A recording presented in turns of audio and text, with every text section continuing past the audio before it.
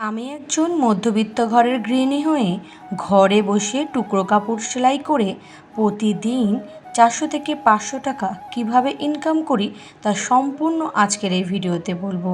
নমস্কার বন্ধুরা, রিমি লাইফস্টাইল চ্যানেলে আমি রিমি প্রতিদিনের মতন আজ আবারও চলে এসেছি নতুন একটা ভিডিও নিয়ে তোমাদের কাছে। আশা করি দূরে কাছে যেখান থেকে ভিডিওটা দেখছো সকলে ভালো আছো, আর তোমাদের ভালোবাসায় আমিও খুব ভালো আছি। এই যে প্রতিদিনের মতন ভিডিওটা আজকে এখান থেকেই শুরু করলাম। সকালবেলা উঠেই একটু ফুল তুলে নিয়ে আসলাম, আর এই গাছে জল দেওয়াটা আমার প্রতিদিনের কাজ, আর বেশ ভালোও লাগে কিন্তু করতে। আর এই ঘরের জানলায় এই গাছগুলো দেখতে আরও ভালো লাগে যখন ফুল ফোটে। যাই হোক, সকালে উঠেছি অনেক সকালে, মোটামুটি ঘরের অন্যান্য কাজগুলো করা হয়ে গেছে। এখন যেহেতু টিউশনি পড়ানো হয় না সকালবেলাটায়, অর্থাৎ এখন সকলের স্কুল হচ্ছে ওই বলতে পারো সকালবেলায়, তার জন্য আমি পড়াচ্ছি 12:30টার থেকে। তাই সকালবেলায় তেমন একটা কাজ নেই, তাই ভাবছি সকাল সকাল একটু কিছু হালকা পাতলা খাওয়া দাওয়া করে মেশিনে বসবো। অর্থাৎ সকালে এখন একটু মেশিনের কাজগুলো করতে হবে। বেশ কয়েকদিন মেশিনের কাজ দেয়নি, তাই ভাবছি যে এখন দিয়েছে তাহলে একটু খাওয়া দাওয়া করে নিই। কী বলো তো, কালকে রাতে না একটু বিরিয়ানি খাওয়া হয়েছিল, ওই বাড়ির তৈরি বিরিয়ানি করা হয়েছে, কিন্তু তেমনভাবে পেট ভরে খাওয়া হয়নি। যেহেতু কী বলো তো রাতের বিষয়, তো দুপুরে রান্না করেছিলাম, শুধু ওই দুপুরে একটু পেট ভরে খাওয়া হয়েছে, আর রাতে একটু কম হয়েছে। তাই যেহেতু একটু কম, তার জন্য রাতে রান্না করিনি, ওই বিরিয়ানি দিয়েই মোটামুটি খেয়ে চালিয়ে দিয়েছি। তাই সকাল উঠতে না উঠতেই খিদে পেয়ে গেছে, তাই একটু খাওয়া দাওয়া করে নিই। মেয়ে এদিকে স্কুলে চলে গেছে, ছেলে স্কুল যায়নি, কারণ ছেলের পরীক্ষা চলছে অন্য ক্লাসে, তাই ওর ছুটি। ওর মর্নিং স্কুলই থাকে ছেলের, কিন্তু মেয়ের মর্নিং স্কুল থাকে না, ওর থাকে হচ্ছে দুপুরের স্কুল। আর মর্নিং স্কুলটা আমার ছেলের থাকে, কিন্তু ওর এখন যেহেতু ছুটি, যেহেতু সকালবেলায় তেমন একটা টিফিন করা হয়নি, কারণ মেয়ের স্কুলে টিফিন বাড়িতেই দেয়, আর ছেলের স্কুলের জন্য টিফিন করে দিতে হয়। যাই হোক, কথা বলতে বলতে এবার ভিডিওর মূল কথায় আসি। ওই যে ভিডিওর শুরুতেই আমি বললাম, বাড়িতে বসে টুকরো কাপড় সেলাই করে আমি প্রতিদিন 400 থেকে 500 টাকা অনায়াসে ইনকাম করতে পারি কিভাবে, সেটা সম্পূর্ণ আজকের এই ভিডিওতে বলবো। এই দেখো বন্ধুরা, কারখানা থেকে টুকরো কাপড়ই বলতে পারো দিয়েছে, যেগুলো তোমাদেরকে দেখাচ্ছি। এই টুকরো কাপড়গুলোই আমি সেলাই করব, সেলাই করে আমি প্রতিদিন এর 400 থেকে 500 টাকা কিন্তু অনায়াসে ইনকাম করতে পারি। এখানে প্রায় বলতে পারো 4 ভাগে ছোট ছোট অনেক টুকরো কাপড় দিয়েছে। এই টুকরো কাপড়গুলো আমাদের বাড়ির পাশের কারখানা থেকেই আমি নিয়ে এসেছি। এই কারখানাটা হচ্ছে আমার বাড়ির একদম কাছে। আর কি বলতো, এই মোটামুটি যখন এই টিউশনি করানো বন্ধ থাকে বা ছুটি থাকে, তখন আমি এই কারখানার কাজটাই একটু বেশি করে থাকি। আজকে এই টুকরো কাপড়গুলো সেলাই করব, এটার একটা পাশ শুধু সেলাই করে দেবো, তাতে দেবে 30 পয়সা করে। আর বাকি সেলাইটা হচ্ছে কারখানার ওভারলকে হবে, সেটা আমি করব না, সেটা হচ্ছে গিয়ে ওভারলকে করবে। তাই মোট মিলিয়ে বলতে পারো এই টুকরো কাপড়টা সেলাই করলে এক একটা টুকরো কাপড়ে ওরা 1 টাকা করে দিয়ে থাকে। এবার যারা দেখো ওই দুপাশ সেলাই করে প্লাস ওভারলকে করে, তারা কিন্তু এই টুকরো কাপড় 400 পিস করলেই ওদের 400 টাকা অনায়াসে ইনকাম হয়ে যাবে। আর আমি যেহেতু ওই দুপাশ করব না, যেহেতু আমার লক মেশিনে ওই দুপাশটা সেলাই হবে না, শুধুমাত্র এর এক পাশটা আমি সেলাই করে দেবো, তার জন্য আমাকে 30 পয়সা করে দেবে এক একটা টুকরো কাপড় সেলাই করলে।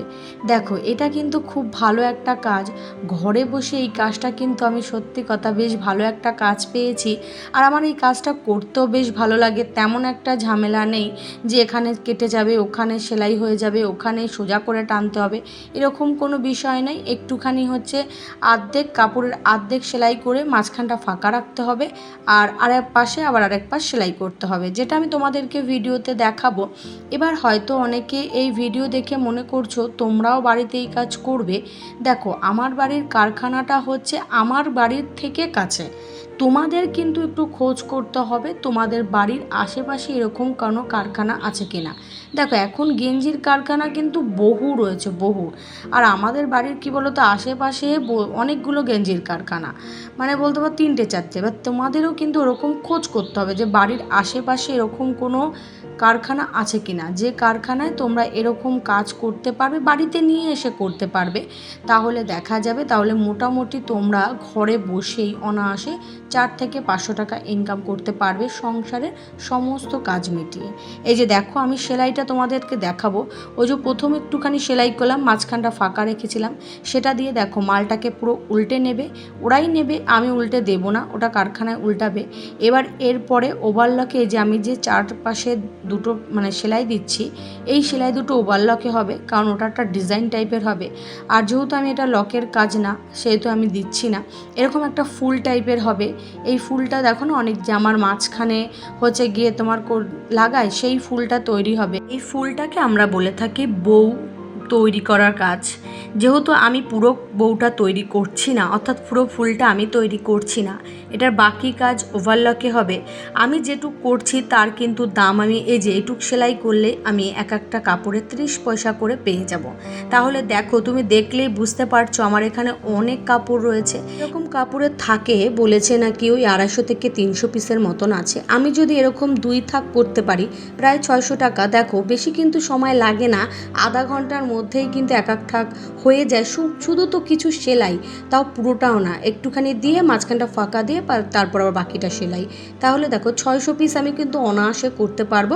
ধরো 2 ঘন্টা লাগতে পারে বা 1.5 ঘন্টার মধ্যেই হয়ে যায়, 2 ঘন্টা লাগে না।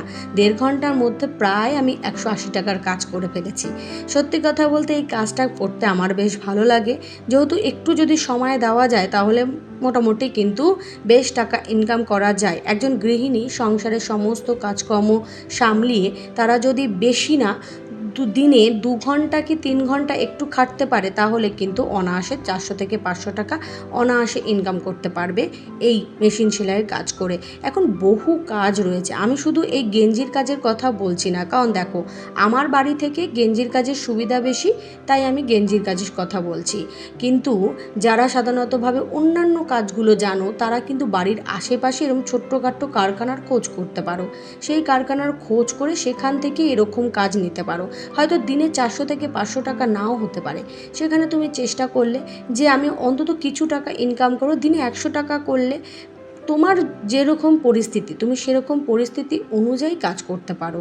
দেখো আমার বাড়ির কাজকর্ম সামলিয়ে দুবেলা টিউশনি পড়িয়ে আমি মোটামুটি এই বলতে প্রতিদিন হয়তো 400 থেকে 500 টাকা ইনকাম করতে পারি না।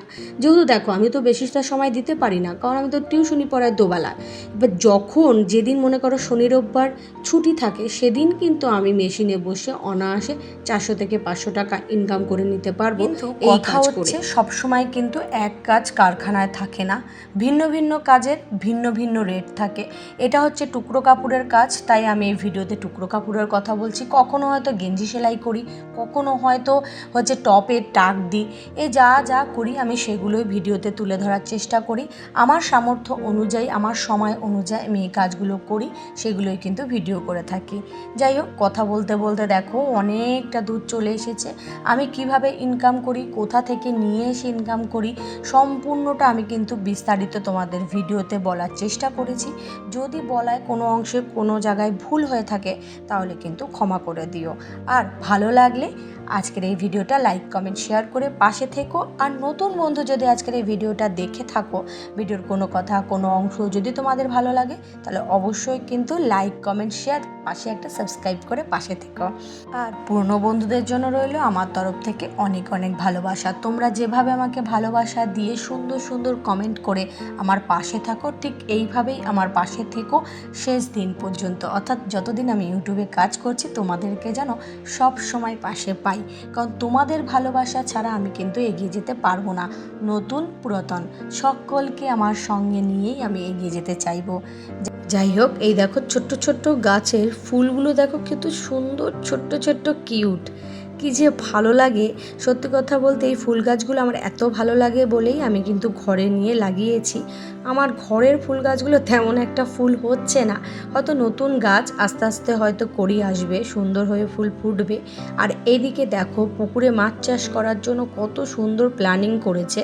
তার জন্য দেখো চারিদিকটাকে কিভাবে বাঁধিয়েছে। এই পুকুরে কিন্তু অলরেডি মাছ ছাড়াই রয়েছে, এদিকে আবার নতুন করে আবার নতুন মানে পরিষ্কার পরিচ্ছন্ন করে আবার মাছ ছাড়বে। সেরকম চিন্তাভাবনা নিয়েছে। যাই হোক বন্ধুরা, কথা বলতে বলতে শেষে চলে এসেছি। সকলে ভালো থেকো, সুস্থ থেকো, সাবধানে থেকো, নিজেদের খেয়াল রেখো। টাটা।